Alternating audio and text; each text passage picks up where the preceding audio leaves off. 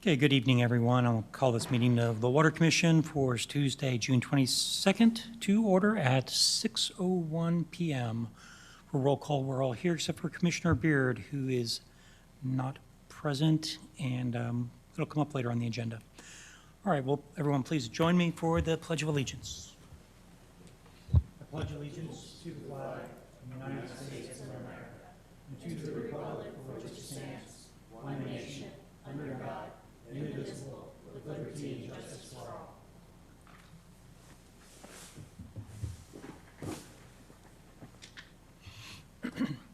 Thank you. We're to agenda item number 4, citizen comment period.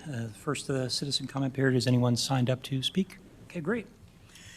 Moving on, we'll move to item number 5, business items. First item up for approval, item A, is the minutes for May 25th of our regular meeting. Does anyone have any corrections to the minutes? All right? Nope. Left? Nope. All right, can I get a motion to approve the minutes? I move to approve the minutes as written. All right, we have a motion to approve as written. We have a second? I second it. We have a motion and a second to approve the minutes for May 25th as written. Any discussion? All in favor, say aye. Aye. Opposed? Thank you. Minutes passed as written. Moving right along to business item 5B, discussions, reports, and updates. The first item, number 1, is the Water Manager Monthly Activity Report. So I'll turn it over to Mr. Steven Steinmetz, the Public Works Director, for a review of the monthly report. Thank you. Last month, we used 2.53 acre-feet of Edwards water, 62.7 feet per acre-feet for Trinity.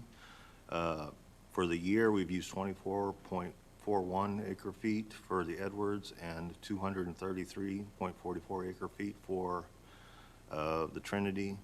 We still have 617.72 acre-feet left in the Edwards for the year. Meters read, 1,683. Active customer leaks is 63. Work orders, 243.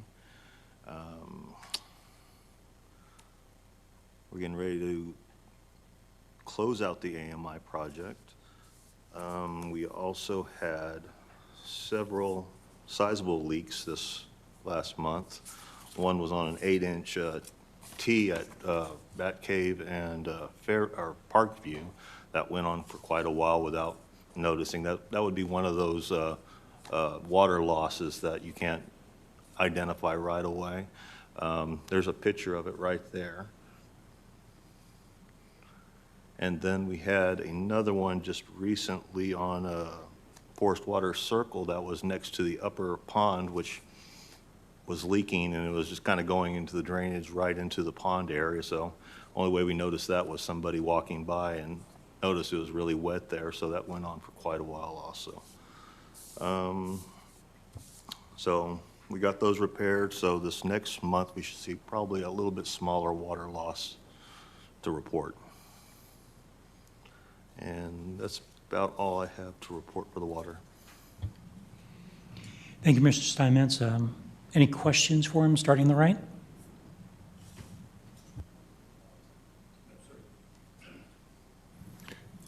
Last month, you're talking about some of the failures for the testing, and you had one couple of one of your stations down. Did that finally get permanently fixed? Because you said it had gone on for a while.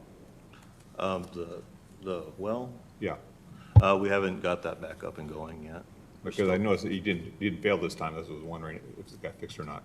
No, we're still flushing it and trying to get that. We're trying to get a good sample out of it still. We'll probably start doing a raw sample once we start getting better results out of it. Right now, they're just special samples for like testing for our own knowledge. But once we start getting a better feedback on it, we'll go ahead and get raw samples and submit those. They've ever figured what's actually wrong with it? It comes back bad for coliform positive, and it is not in use currently. That's why we're just leaving it. We're just waiting for it to get flushed out a little bit better. Whenever we stop getting the coliform positive is when we'll start putting it back in use again. But you know, what was causing the problem, do you know? That's the question. Is it mechanical, is something going wrong in there, or just the, It could be just a bad bacteria batch down there somewhere in the limestone. It forms naturally down there. But yeah, since we don't use it a lot, it kind of forms more down there. So we need to start flushing it more often to get better results from it. But we just want to be absolutely sure we got it figured out before we put that back online. there you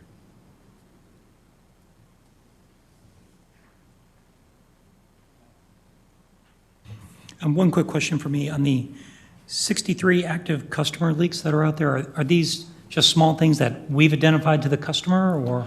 Those are recorded on the AMI meters. Either they're getting them, or it's just reading that there's something different in their usage. It could be they're using their irrigation more, or they have a toilet leaking. It basically remembers what their usage is, and if it sees something odd, it'll report it as a leak. But if it's something that's a high, they'll report it as a bust.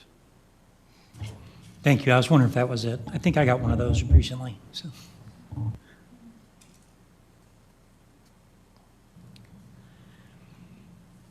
All right.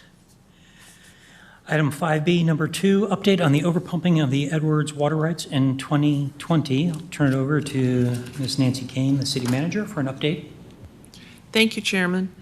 As the commission is aware, the end of 2020, we overpumped the Edwards. We leased 20 acre-feet. We thought that was going to adequately cover the overpumping. I received notice from Edwards about 2 weeks ago that we still had 1.286 acre-feet that we did not account for, that we had not paid for or covered through the lease. So I did a settlement with Edwards Aquifer in the amount of $273.27. So in total, the overpumping of the Edwards in 2020 cost us a total of $5,333.27, but we are good now. It's resolved.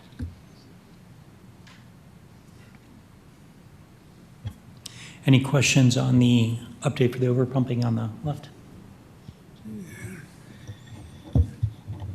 Yeah, but I can't help but wonder, does this tie back to the leases we gave up last year? No, we got so used to those leases. It did give us a little bit more flexibility, but when Edwards goes into restrictions, that does reduce the amount of water that we can pump. We did give back 68 acre-feet to those that we were leasing from. I think what we've learned from this is we really need to watch where we are with the Edwards, watch very closely what our how the reductions are affecting what we have left in the Edwards to pump, and we're just going to have to monitor it very, very closely. We may not get down to zero. I think we need to take into account the time of year, what's going on, of course, what that reduction was, and watch it very, very closely. But we will get as close as we possibly can. But to avoid overpumping in the future, it's just going to have to be monitored very, very closely. On the right?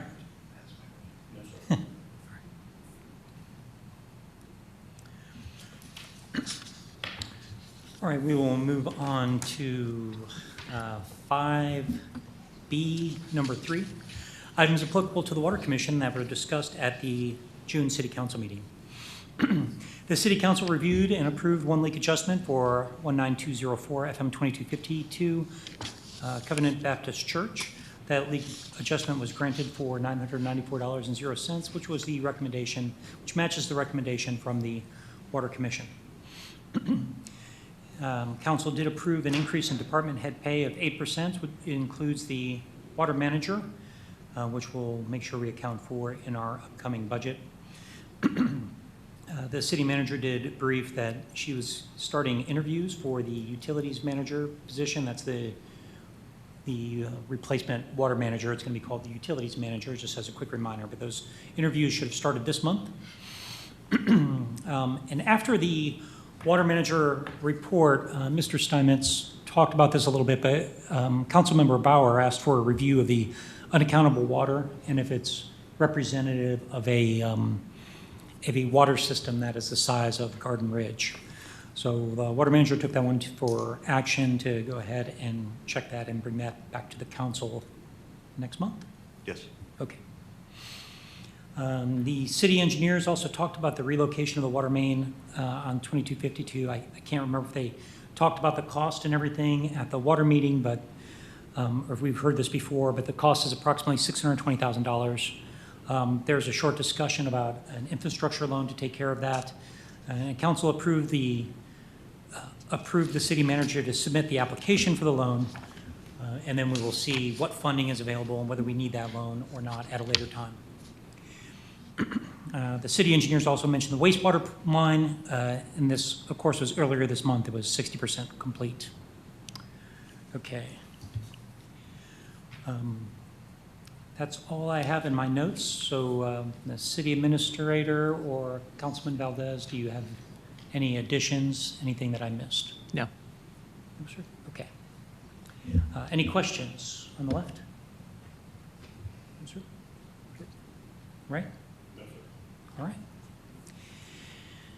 All right, thank you very much. We will move on to item 5C, recommendations.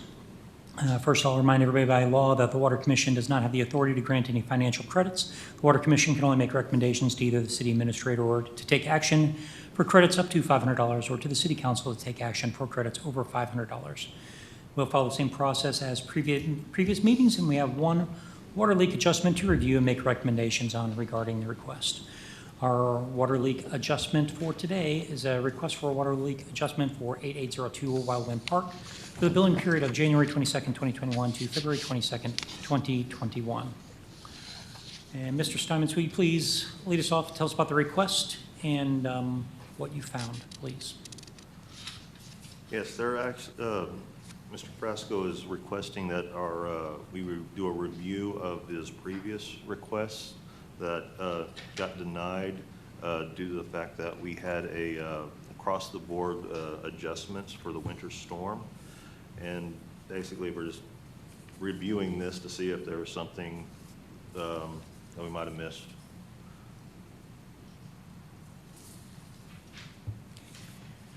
Thank you. And on this, I wouldn't say it was denied. I'd say that there's a leak adjustment a blanket leak adjustment was applied because this, so everybody knows, this happened during Winter Storm Uri, is when this leak happened, and that entire month, the leak adjustment was automatically applied. Am I saying that correctly? Yes. Okay, great. So to summarize, we have an appeal on the decision here, and I think our petitioner is here. And sir, if you would like to come up and discuss your water leak adjustment, it'd be a good time to go ahead and do so. You'll have to excuse me, I'm very deaf. Tony Frasco, 8802 Wildman Park. I thank you, gentlemen, for giving me a chance to review this. There was some terrible circumstances at this time. I lost my wife after 57 years, but I don't want any special favors. I just want to be fair. We had 8-degree weather. We had 6 inches of snow. Nothing in my house leaked. Nothing in my house leaked. Luckily, I had a generator to keep the refrigerator going, and it was very tough times. The family came out, and we were grieving, but I did not walk around the yard being 6 inches of snow and 8-degree weather, and it was a state of emergency. I mean, I was lucky to have a generator to keep the food going, and not as lucky as a lot of other people did. But now, I feel there's an exigency here, I mean, we lost, I don't know how many thousand gallons of water from the tower leak not too long ago. And the gentleman that was in charge of the water told me, he said, "What do you want, the people to pay for your water?" I said, "Wait a minute, we paid for the big leakage." So we paid for the big leakage. Now we have a state of emergency. Why am I not allowed to at least present my case? And he said, "I won't do it," flat out. And luckily, you're hearing me now, and I appreciate it. But also, I don't know whether you got state money, because it was a state of emergency, whether it was federal money. It should be applied to the residents like they did up in New Braunfels. I was up at my lawyer's office getting my new will put out, and he said, New Braunfels covered all water leaks because of the state of emergency. And I think that we should be taking care of our people the same way. But again, I'm not asking for special favors. All I want is to be heard and to be at least discussed, not like the former water commissioner did and just belittled me and said, "You can't even sue me." So I said, "Excuse me, you know, this is not the way you run a town." So anyway, thank you very much, gentlemen, for the opportunity to present the case. Thank you very much.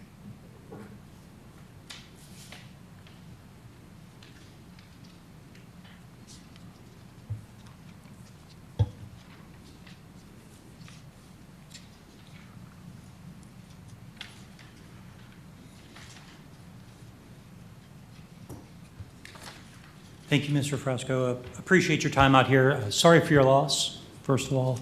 Thank you very much. Sorry to hear that about your wife.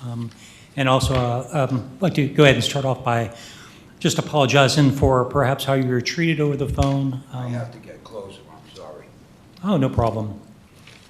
I also want to apologize how you were treated over the phone. Certainly, it's not necessarily the way we should be treating our customers. I'm sorry about the experience you had with the water department, and I don't think that's representative of our water department. Well, you know, it wasn't you. I never killed a messenger, but I'm glad he's gone because I was the councilman back north, and if none of my staff performed the way they should to the public, they were fired. Easy. It was easy. So I don't kill a messenger, but I thank you for the review. It's just it was a tough time. And the weather, everything was against me. I mean, from that morning on, everything went down. 57 years of marriage went out. So, you know, if you check my water bill, it's even. That spike was ridiculous. And I had pipes covered. Some of them were blue underneath the covering for my backflow. There was a line that blew under there. And until the water company, thank God they called me and I could run out there and take care of it, you know, I shut it right down immediately. God only knows we conserve water. It's very precious. So we're aware of it. But thank you again, and I don't ask for special treatment. Just be fair with me, that's all. Thank you. And I'm going to ask one more question here for Ms. Kane. Are we aware of any kind of relief or any kind of disaster relief funds or anything that we've gotten that would apply in this case? I'm not aware of anything, or I haven't seen anything. We have,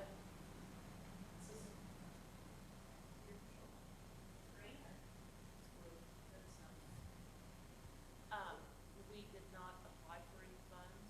We did not have enough of a loss to apply for any insurance coverage or any kind of funding for the event, the snowstorm. Thank you. Okay, I'm going to go ahead and send it to the commissioners. Any questions or comments on starting on the left? Yeah, I looked at the loss and the calculations, and it appears that regardless of the the freeze or, the situation. It was handled as a water leak adjustment. That there is, in a water leak adjustment, there's no forgiveness for the water that's lost. The water that's lost is billed at a lower tier than you would pay. And I strictly sympathize and empathize with your loss. I had a loss last year. Some idiot drove across my front yard and took out my irrigation backflow preventer about 2 in the morning, and I had a 3/4-inch pipe go all night long until my neighbor turned it off about 6 the next morning. And so I had a shocking bill myself, but I paid Tier 1 rates for the amount of water lost over what I normally consume. And I think that's the way our leak adjustment system is set up in the ordinance. And I don't think we have the leeway to change that, so, okay. On the right?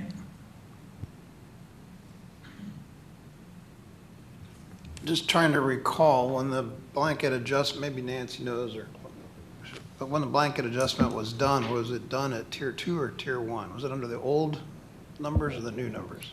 It's under Tier 2. Tier 2. The adjustment through the blanket adjustment, as well as the city's water adjustment calculation, came out to be the same amount.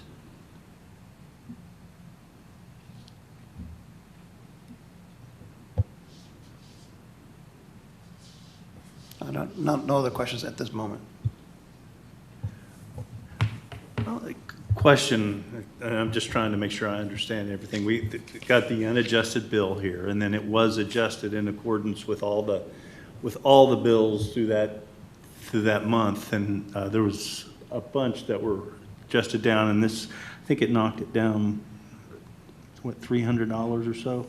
I mean, can we even, we've got these regulations or whatever on the book on how we deal with leak adjustments, and I'm not aware, can we go beyond anything that we have on the books? I mean, is that possible? I mean, we've got these set criteria, and I mean, we can't, I don't think, go anything against what's already written, if I'm not mistaken. We need to follow the ordinance that's in place. The adjustment calculation, we either follow that calculation, and then council did that blanket policy, blanket adjustment, because they knew there were many residents in the city who experienced leaks because of the storm. And that calculation, in this particular instance, comes out to the same amount. I don't...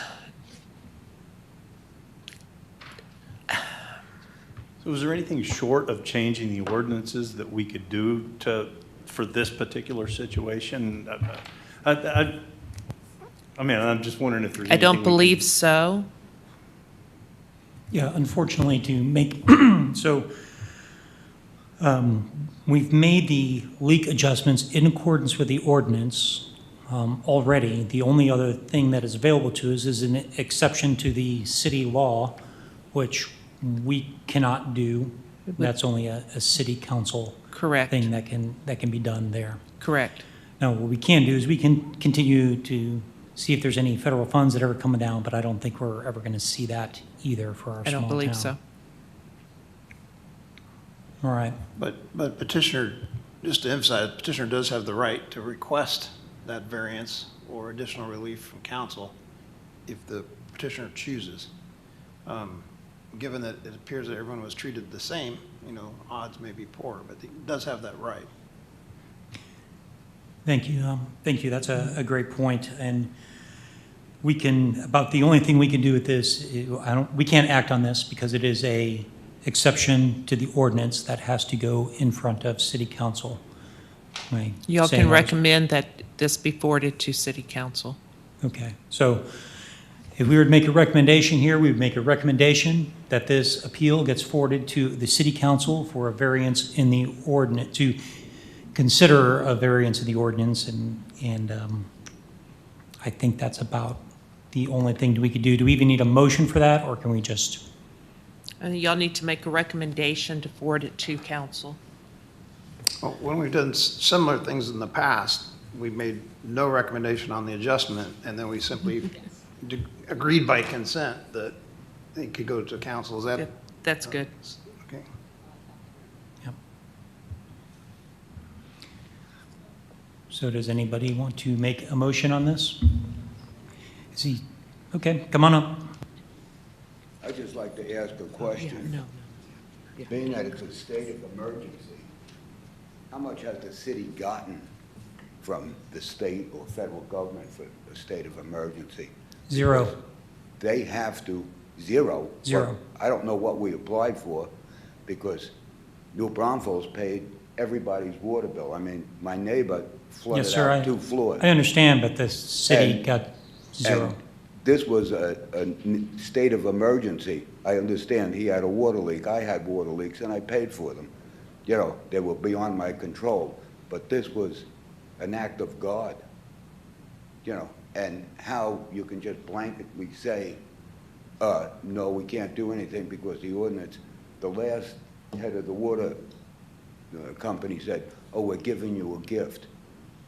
I said, you didn't leave any money in my mailbox, did you? So don't tell me Well- you gave me a gift. Sir, I understand that that was handled really poorly. What he should have said is that we have adjusted your water bill to the maximum extent possible that the Water Commission and the water manager can. We made the adjustment to the bill. We just can't go any further, because after that, it is city law that the water has to be paid for. If you would like an exception to the city law, that is a matter for city council. The commission unfortunately Okay, cannot well, I'll help you. pursue it further, but I want to know, what was city law doing when we lost thousands of gallons of water and we paid for it? Where's the city law there? You know, when I paid for the big water leak, and now I have a state of emergency, and, oh, we have an ordinance, we can't do that. So I don't understand. This is stupid to me because of the fact that we wasted all of that water, and we had to buy that water, and we paid for that water. All the taxpayers in town paid for that. There was no ordinance saying, oh, gee, we can't do it, but we all got charged for it. So I thank you very much, gentlemen, for the opportunity to present my case, and I'll take it to the mayor and council, because I'm not done yet. Thank you very much. Okay, sir.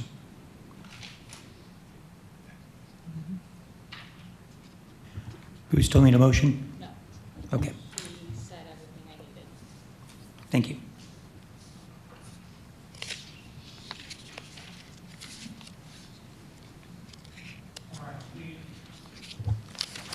We are to item 5,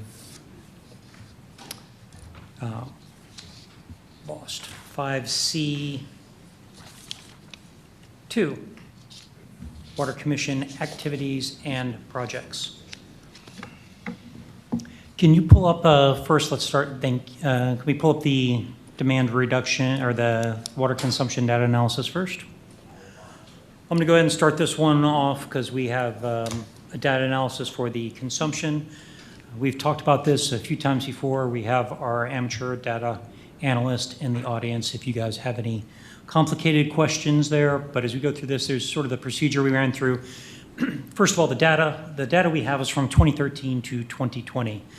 The data, much of this data was in a format that wasn't very useful. We had to do some conversion and some data washing. We lost some of the data. We probably lost 5% of it during the conversion process.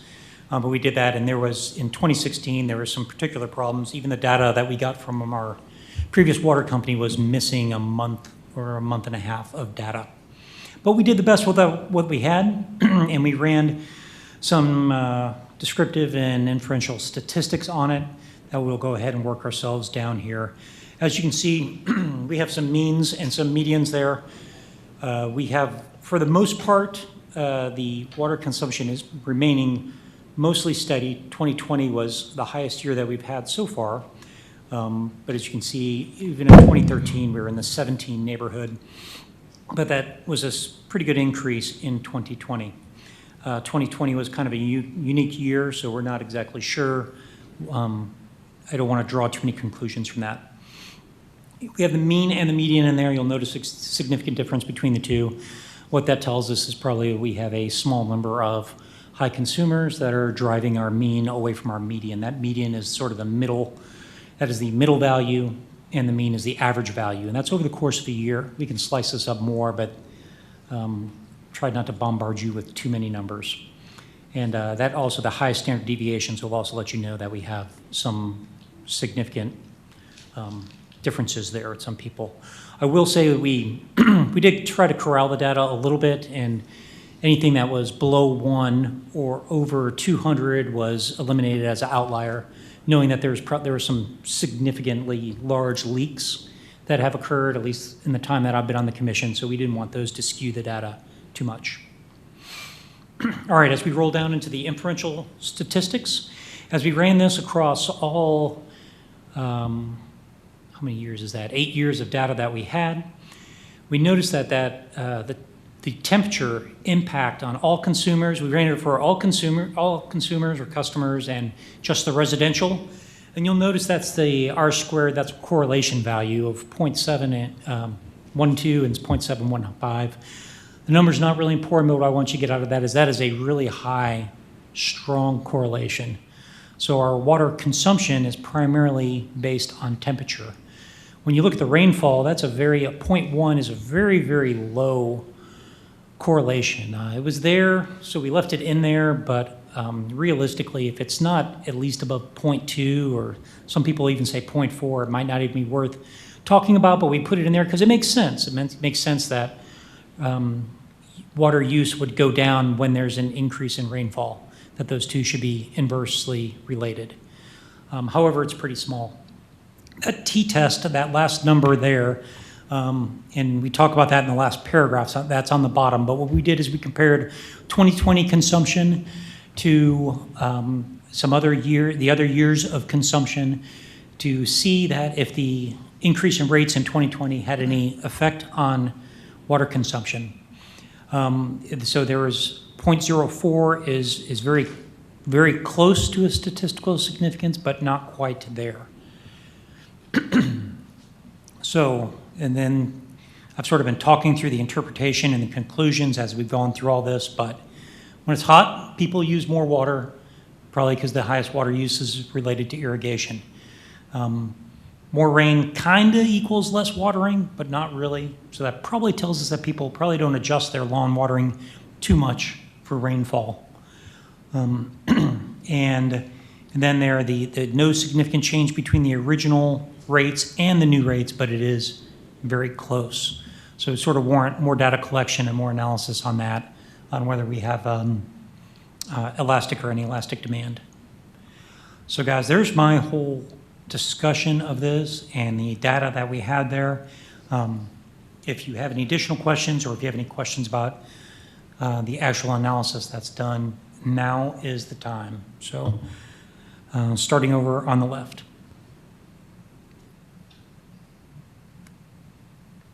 All right. Just clarify, I don't know if it's a question, but so the data is taken monthly, but it's averaged across the year. Did I understand that correctly?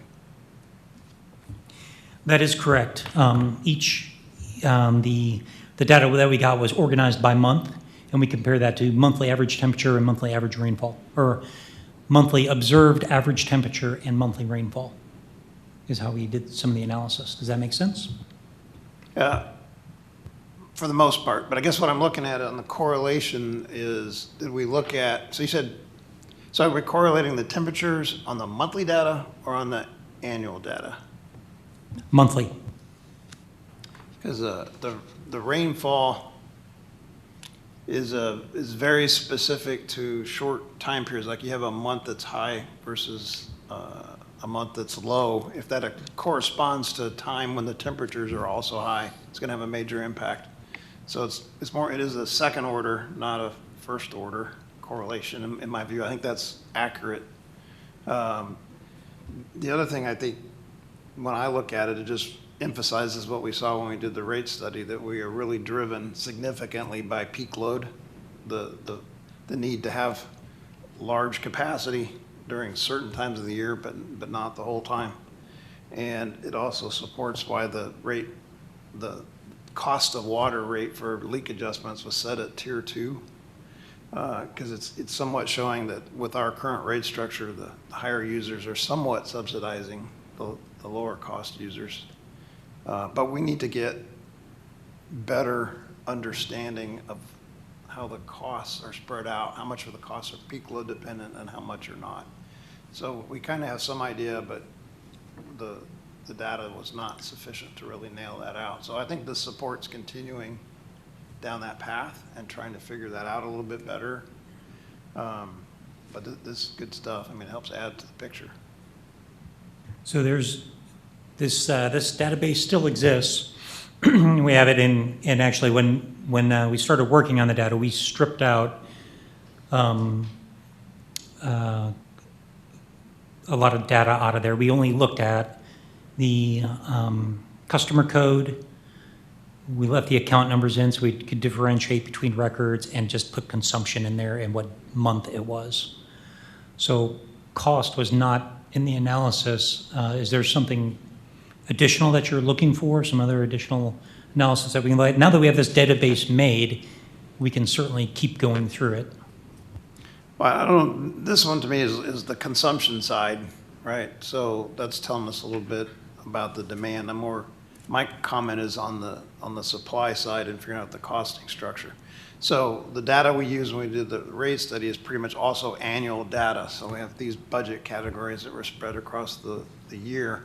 And the way they're categorized, sometimes it's hard to tell how much of that is fixed, how much of it is variable, how much of it is peak dependent, how much of it is the total. So, I mean, we have ideas, but they're inferences. They're not, it wouldn't stand up to an accountant's scrutiny. Let's put it that way. That's fair. That's fair. Yeah, it surprised me to hear you found that correlation with the rain didn't appear to make that big of a difference. And you'd even mentioned yourself, the people aren't programming their sprinklers to, all the new technologies are amazing what those new sprinkler controllers will do. And so, Commissioner Harshbarger had asked, so these are, like the temperature was based on monthly. Is that was correlated directly with the rainfall in those particular months?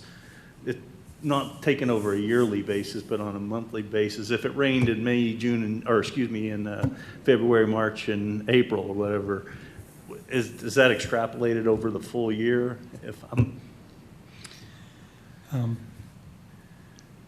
Am I saying this right? The way the database was constructed, the analysis was run comparing that month consumption to that month temperature and that month rainfall. Is that correct? Okay.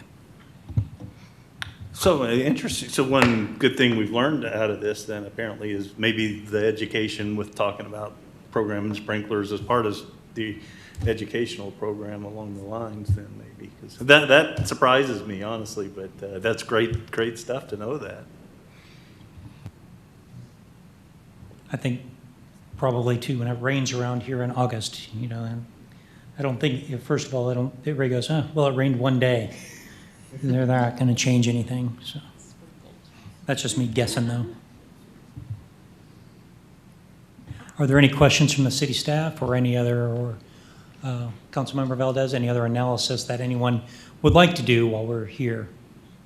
And you have the data man sitting in the back that you can directly task him. So. All right. All right, we'll move on there to the, and this data is still available. The database is still there. If anybody comes up with additional questions or anything you think of when you're not sitting here under camera, please just let me know and we can knock out some more analysis. All right, as we look through these, I don't intend to go through all these today. I think we've spent a good amount of time on there. I will offer the floor to anybody that has any specific updates that they want to look at. One thing I do want to bring up, though, is there's a whole lot of projects in here. Some of these are seasonal, I would say, and some of them are mostly complete and awaiting other statuses. And I wonder if some of these should be combined, perhaps. So what I would like for everyone to do in the next month, look through these. If your name is in one of these, please work inside your subcommittees. And I would like to think of specific objectives that you have in these areas. For example, we have this, I'm going to pick on the education plan under governance and procedures. We have someone, Kat, is working on this, and she's getting the word out a lot to the residents, and she's putting articles out there and doing that. So I think for conservation and AMI, that we have someone else that's taking care of that also. That doesn't mean we can't still participate and have ideas. But I would like to see if we have specific objectives that are not being covered or something that's not being covered by the city staff, then we can keep that in there. If we think it's being covered by city staff, then perhaps we can let that one go and understand that it's covered and just put it in Kat's very capable hands. There's also a commission education plan that's somewhat in there too. Maybe Kat will educate all of us also. You never know.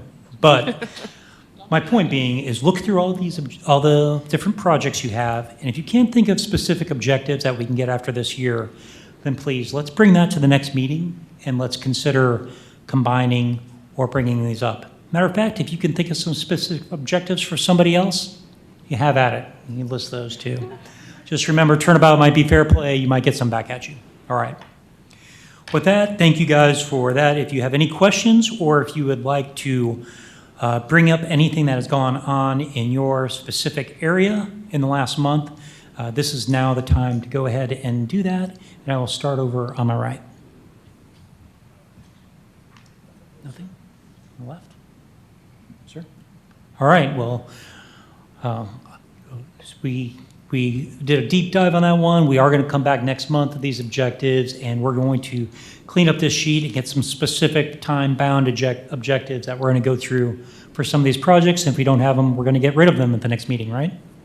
Everybody's with me? Okay, great.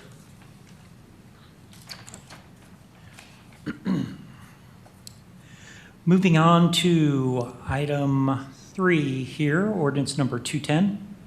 We have 2 items under this ordinance, one the standing one, and we have one for discuss and accept the resignation of Commissioner Beard. For Commissioner Beard, he notified the city staff, and he also sent a note to me also. Oh, there we go. It's right up there on the for personal reasons, he has to resign from the Garden Ridge Water Commission. So it's unfortunate, but he asked that we accept his resignation, and we can't accept the resignation before the resignation to City Council for acceptance. So are there any comments from anyone? First of all, left, right? Can I get a motion? I have a motion to accept the A motion for the resignation of Commissioner Beard from, I forget what place he's in, but from the commission to City Council.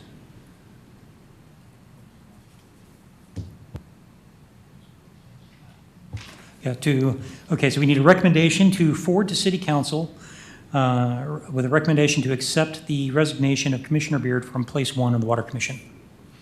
That's what I need from somebody other than me. a motion to accept to forward the resignation to City Council. Think you have a motion? Second. We have a motion and a second. Any discussion? Okay, all in favor? Opposed? All right, we will forward that resignation to City Council. Item 3, number 2, discussion makes recommendations related to the application of ordinance provisions to commission members if needed. Excuse me. I do not have any recommendations applicable to ordinance 210 on either side. Anyone on the right? On the left? Okay. Next item, item D, future agenda items. Any commissioners' input on future agenda items? Starting on the left.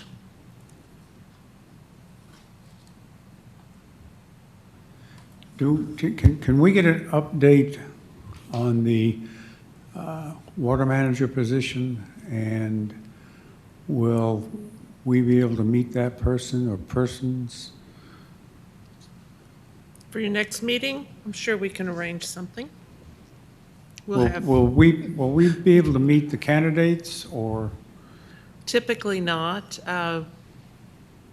So this isn't an agenda item, so I can't delve into No, I it. understand. It's a But general, I should have we brought it can up give last you, meeting. we can give you an update at the next Water Commission meeting. You will get an update on the status.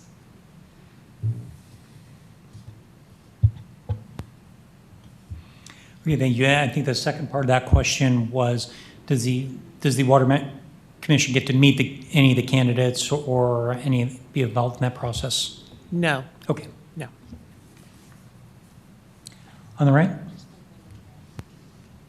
Agenda items? No. Okay.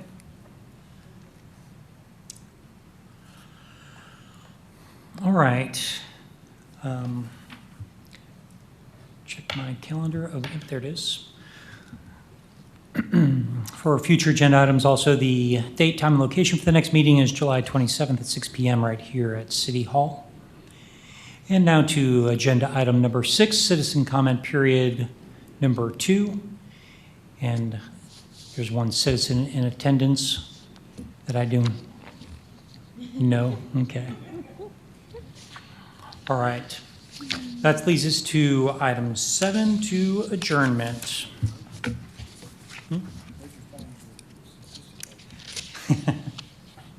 Yeah, I drafted him. All right, this concludes all the items on the agenda. Can I get a motion to adjourn?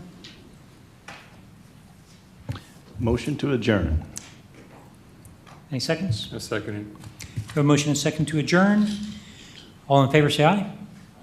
And the meeting is adjourned at 6:48 p.m. Thank you.